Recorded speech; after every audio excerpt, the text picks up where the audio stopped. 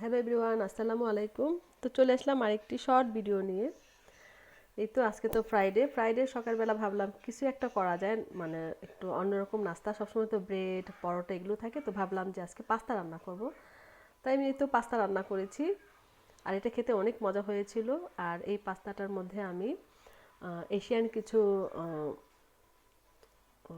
মশলা দিয়েছি, যেটার জন্য এটা একদম চাইনিজের মতো লেগেছে। আর আমি এটাতে কিন্তু রিভানো উস দিয়েছি,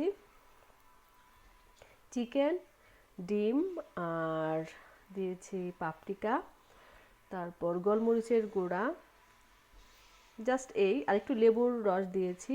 আর লাস্টে যখন এটা হয়ে এসেছে তখন আমি ধনেপাতা দিয়ে দিয়েছি। তারপর সবাই এখন এক এক করে নিয়ে নিচ্ছে যার যার মতো। তো এটা অনেক মজা হয়েছে, আপনারাও এইভাবে রান্না করে খাবেন, দেখবেন ভালো লাগবে।